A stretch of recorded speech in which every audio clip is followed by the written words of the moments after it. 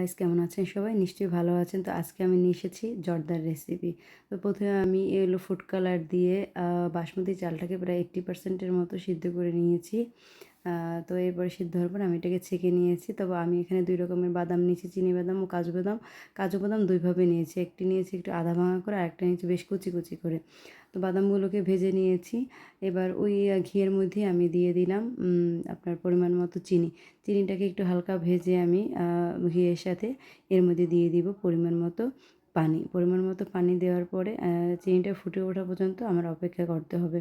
অনবরত নাড়তে হবে, নয়তো নিচে লেগে যাবে। তো চিনিটা যখন ফুটে উঠবে তখন আমি এর মধ্যে দিয়ে দিলাম কুচি করে রাখা, একেবারে মিহি কুচি করে রাখা কাজু বাদামগুলো। তো কাজু বাদামগুলো দেওয়ার পরে দেখেন চিনিটা ভালোভাবে ফুটে উঠেছে এবং কমে গেছে।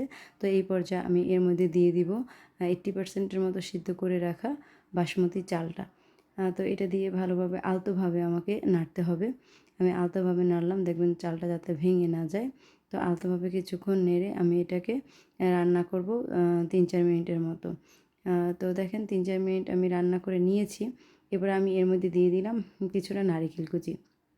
নারিকেল কুচি দেওয়ার পরে আমি এর মধ্যে দিলাম ভেজে রাখা বাদামগুলো।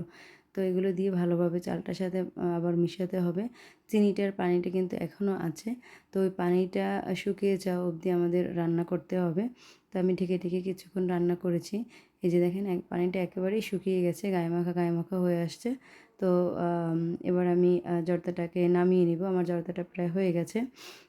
তো এই দেখেন আমার জর্দার ফাইনাল লুক। দেখেন কতটা সুন্দর আসছে কালারটা।